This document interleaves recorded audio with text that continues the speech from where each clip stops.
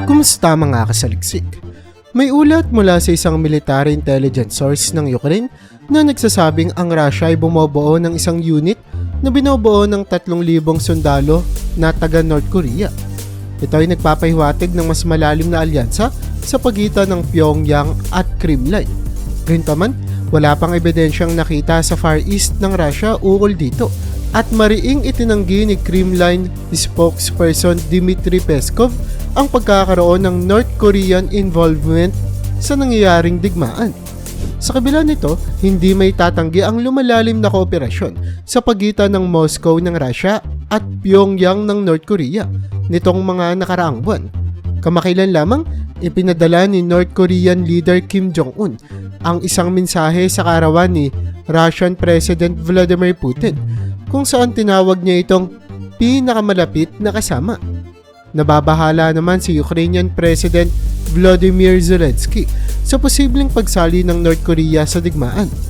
Ayon din sa Minister of Defense ng South Korea, mataas ang posibilidad na mag-deploy ang North Korea ng mga sundalo sa Ukraine. Bagaman may mga ulat na nagpapatunay na may dumating na mga North Korean sa isang military base sa malapit sa Yosoriksk, hilaga ng Vladivostok, hindi malinaw ang eksaktong bilang ng mga ito. Ayon sa isang military source, wala pang 3,000 bilang ng mga sundalong galing North Korea. Sa kabila ng posibilidad na mag-deploy ng maraming sundalo mula sa North Korea, ipinahayag ng mga eksperto na hindi madaling maisama ang mga ito sa mga unit ng hukbong Ruso dahil sa mga hadlang tulad ng lingwahe at pagkakaiba sa mga sistemang militar. Samantala, naniniwala ang ilang mga tagamasid ng relasyon ng Russia at North Korea ay hindi lamang tungkol sa pagkakaroon ng sundalo. Lumalabas na posibleng nagbibigay ang Pyongyang ng mga kagamitang pandigma sa Moscow, tulad ng mga missile na nakita sa rehiyon ng Poltava sa Ukraine. May mga ulat pa mula noong Disyembre 2023 tungkol sa mga bala at minang ibinigay ng North Korea sa Russia. Sa kabila ng mga kakulangan sa karanasan ng mga sundalong North Korean sa mga makabagong digmaan, ipinapakita ng mga ulat ng kanilang husay sa engineering at construction ay maaaring magamit ng Russia sa digmaan. Meron ding mga espekulasyon na ang pakikilahok ng North Korea sa digmaan ay hindi lamang limitado sa pagkakaroon ng sundalo. Pinaniniwala ang maaaring palitan ng North Korean soldiers ang mga unit ng Russian Army sa mga lugar ng pagbabantay na magpapalaya sa mga ito para lumaban sa ibang front lines. Kasama rito ang Ulan-Ude na malapit sa Mongolian border kung saan naghahanda umano ang mga sundalong North Korean para sa deployment. Ang alyansang ito ay mahalaga para sa parehong bansa. Kailangan ng Pyongyang ng pera at teknolohiya habang ang Russia ay nangangailangan ng sundalo at mga bala. Imnungkahi ng mga eksperto na posibleng kabayaran para sa North Korea ang makakuha ng teknolohiyang militar mula sa Russia, isang bagay na dati nang iniiwasan ng Kremlin na ibigay. Sa kabila ng mga pangamba, malinaw na sa kabila ng mga kakulangan sa kasanayan ng North Korean Army, nakikita ng Russia ang malaking tulong na magagawa nito upang matugunan ang mga kawalan dulot ng digmaan sa Ukraine.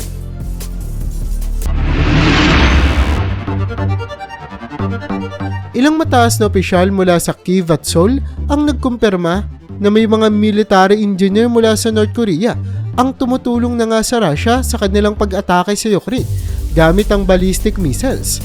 Ayon sa mga ulat, may mga North Korea na nasa likod ng mga linya ng Russian Army na tumutulong sa pagsuporta ng mga missile launcher systems para sa mga KN-23 missile.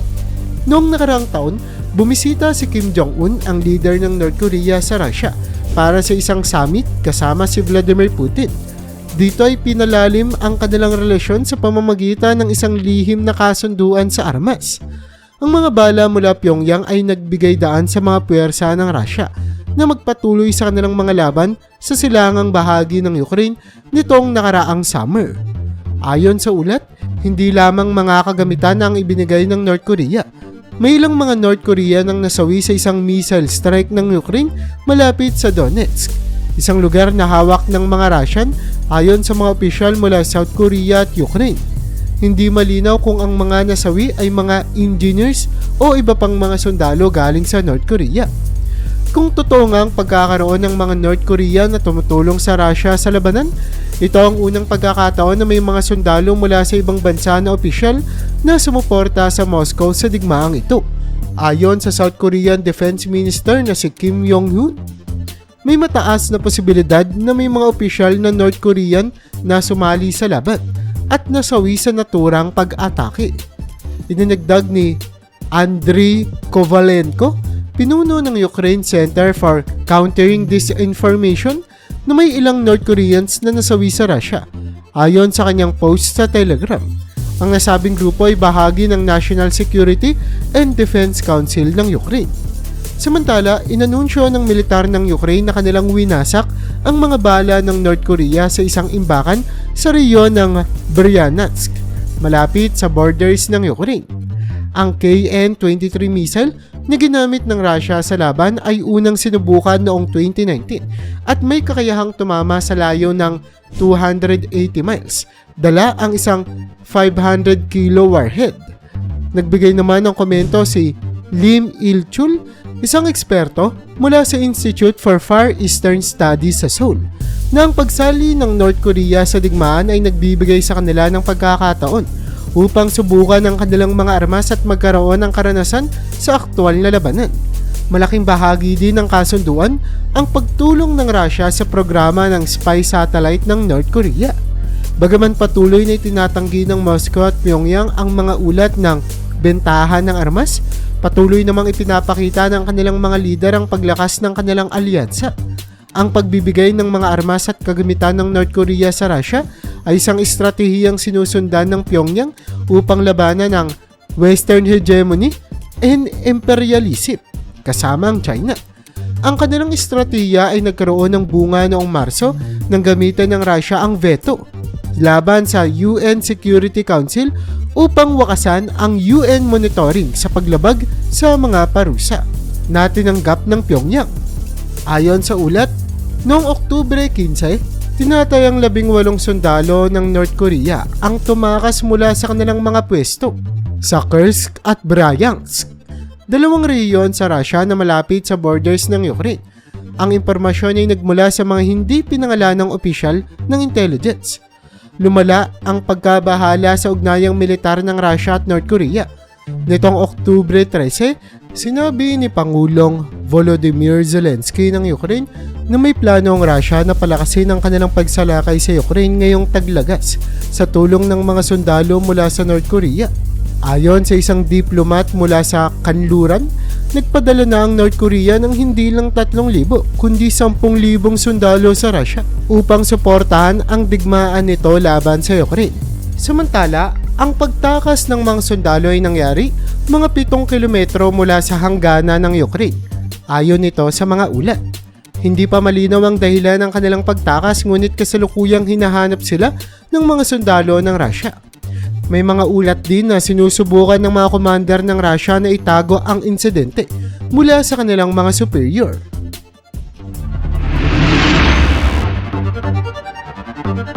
Ayon sa mga eksperto, ang nagpapatuloy na digmaan sa Ukraine ay nagbibigay ng bagong tsansa sa North Korea na masubukan ng mga bago nitong sandata at mas mapaghandaan ng makabagong labanan. Nakikita rin nila na ito ang pagkakataon ng mga opisyal ng North Korea na makita kung gaano sila kahanda sa mga modernong hamon sa gera. Sa mga nakaraang linggo, ilang opisyal ng Ukraine, kasama niya si President Zelensky, ang nagsabing bukod sa pagpapadala ng maraming artillery shells at ballistic missiles para sa Russia, nagpapadala rin ng North Korea ng mga military engineers, katulad nga ng sinabi natin kanina. Ito ay para tumulong sa mga tropang Russian. Ayon pa sa ilang balita, may mga nasawi na nga ring sundalo mula sa North Korea at maaaring magpadala pa ang bansa ng mas maraming tropa para suportahan ng Russia. Ang pakikipagtulungan ng North Korea sa Russia ay may ilang mahalagang benepisyo para sa rehimen ni Kim Jong-un. Una, sa pagpapadala ng mga sandata at suporta sa Russia, nakakakuha ang North Korea ng teknolohikal na tulong mula sa Moscow na magagamit para mapalakas ang kanilang mga armas nuclear at missile. Isang bagay na napakahalaga sa kanila sa harap ng patuloy na tensyon sa Korean Peninsula at international na panggigipit. Bukod dito, maaari ding makuha ng North Korea ang kakayahan na mapabuti ang kanilang mga sandata sa pamamagitan ng real-time na feedback mula sa paggamit ng mga ito sa larangan ng digmaan sa Ukraine. Ang ganitong kaalaman ay maaaring gamitin upang mapabuti pa ang kanilang arsenal at pwede rin itong gamitin sa mga negosasyon o pagbebenta ng sandata sa ibang mga bansa. Isa pang benepisyo ay ang potensyal na kita sa ekonomiya dahil malamang na kapalit ng suporta nila ay makakakuha sila ng langis, pagkain at iba pang pangunahing pangangailangan mula sa Russia na malaking tulong lalo na sa gitna ng mga pandaigdigang sanksyon na ipinataw sa North Korea. Ang patuloy na kooperasyon ng Russia at North Korea ay nagpapakita ng isang lumalakas na alyansa na hindi lamang limitado sa militar. Ayon sa ilang ulat, bukod sa pagpapadala ng mga armas at sundalo, nagpapadala din umano ang North Korea ng mga manggagawa sa mga lugar na okupado ng Russia para makatulong sa muling pagtatayo, kapalit ng kinikailangang kita para sa rehimen ni Kim Jong-un. Bukod sa mga direktang benepisyo, ang malapit na ugnayan sa pagitan ng Russia at North Korea ay tila nagbibigay ng mas matapang na tindig sa North Korea laban sa South Korea tulad ng kanilang mga hakbang na pagsabog ng mga railways at kalsada na nagkokonekta sa dalawang bansa kamakailan lamang bilang simbolo ng kanilang agresibong deklarasyon na kaaway nila ang South Korea. Sa kabuuan, ang mga aksyon ng North Korea sa Ukraine ay tila bahagi ng isang mas malawak na estratehiya upang palakasin ang kanilang posisyon sa pandaigdigang entablado, habang pinapakinabangan ang kanilang mga alyansa para mapanatili ang kanilang rehimen at palakasin ang kanilang kapangyarihan sa rehiyon.